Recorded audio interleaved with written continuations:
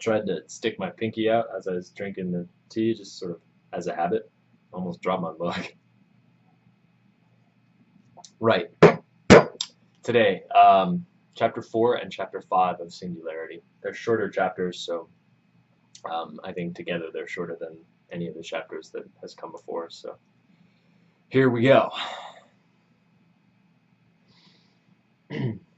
Oh, also, if you haven't watched the earlier chapters, this won't make any sense. So watch them. Chapter 4.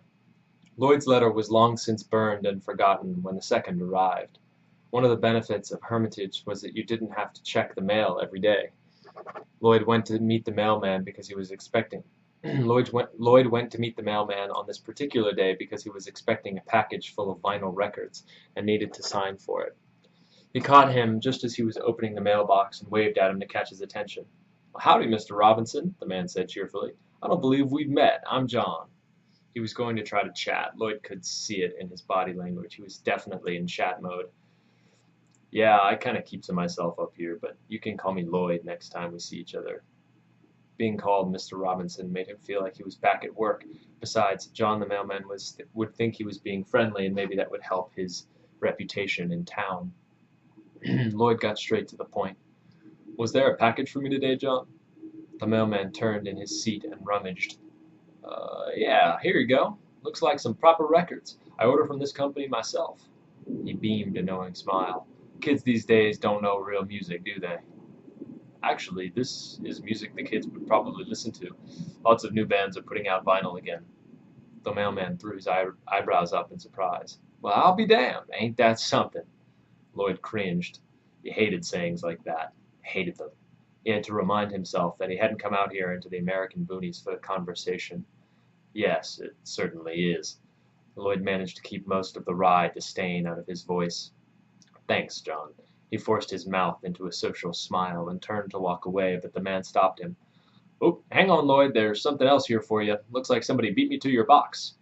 Lloyd was still for a moment before turning around. "That's so?" he asked, feigning curiosity. The mailman couldn't have put the envelope in the mailbox. Lloyd had watched him as he pulled up, but he might well be in on the joke, and to react would be a victory for the conspirators. He took the envelope and tucked it under his arm as if nothing was wrong, waving goodbye again. As soon as the mailman was gone, he tore open the envelope. It bore the same single centered line of text. "What's wrong with the world?" Lloyd was perplexed. Who was sending letters to him? He ran down a list of people who might have some interest in contacting him.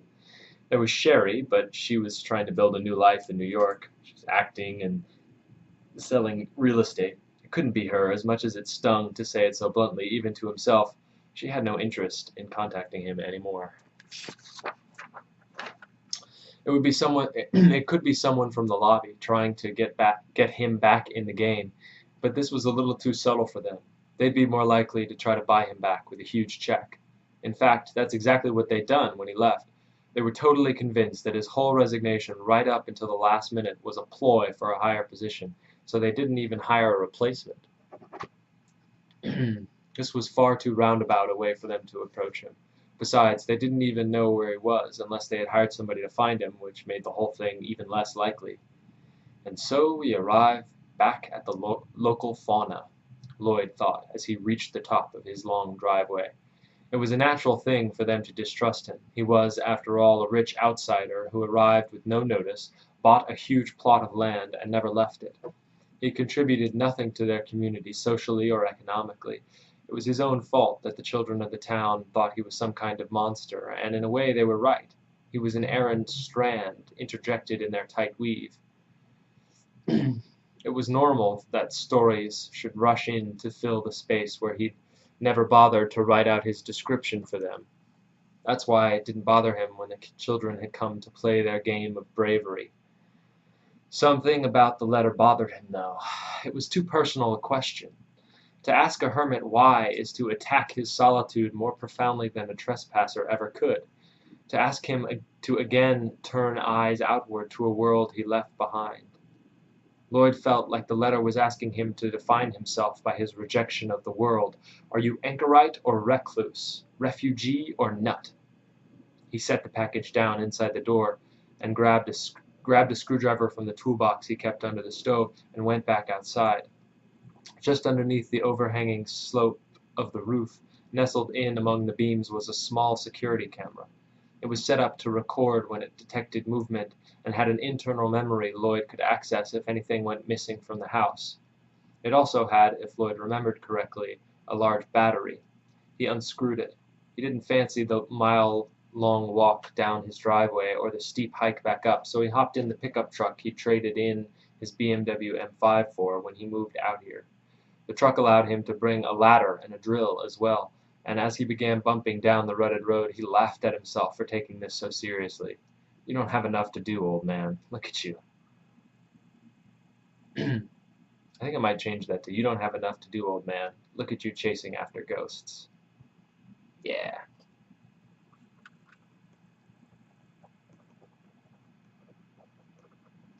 Mid-vid editing. Okay, chapter 5. Gabe rose the morning after his foray into the General Dynamics servers, feeling like his whole reality was tilted 10 degrees. Things had happened which should have been impossible, and Gabe felt a little unsteady, like he didn't know where to put his feet.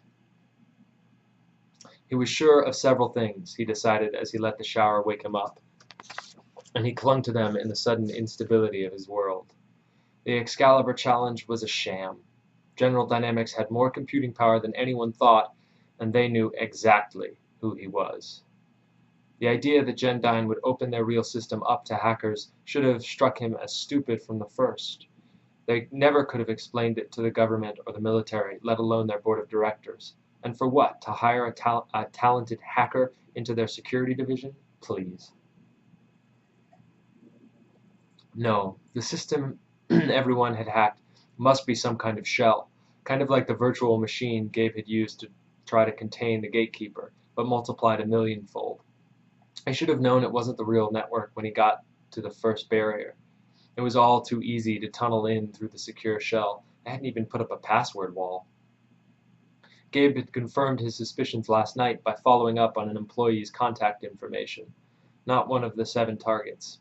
They would be set up to show the veracity of the challenge, with someone to answer the phone and a real mailing address at the very least. Instead, Gabe picked an employee at random from the database and put their address into Google. It came up as a house in Athens, Georgia, where some lady had set up her own business selling jerk chicken. He called the phone number and asked about Jane Freem, the name in the database. Who? The woman asked incredulously in a thick accent. Did you recently move into this house? Maybe she lived there before you. Gabe wanted to cover all his bases. Me and my husband built this house. Now who the hell is this you say living here? Gabe hung up. He didn't know how to check, but he was reasonably sure that the Javelin project, along with the rest in the system, wasn't viable or secret weapons technology. If you built it, it would probably blow up when you launched it. The Excalibur challenge's fakeness led to his second conclusion. The amount of storage and computing power required to create a virtual network of that size would be huge, boggle the mind big, and GenDyn had to have that much power to spare. That meant that they had to have a supercomputer. There was no other way of getting that much juice from a normal network. And if they had a supercomputer that was clever enough to do all this and still meet their usual demands for war simulations, climate models, and the other insanely intensive calculations supercomputers do, then they were way, way ahead of the curve. And if they were that advanced, they certainly knew who he was. The gatekeeper had blasted through his safeguards.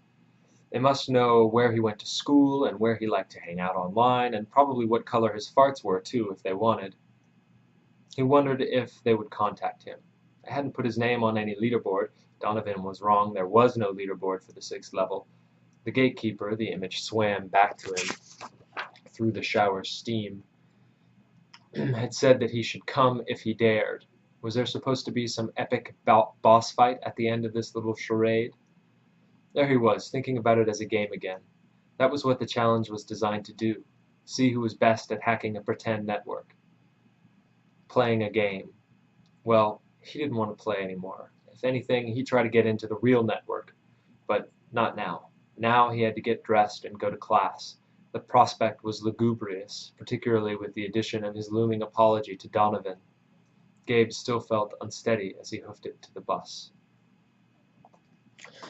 Well, there you go.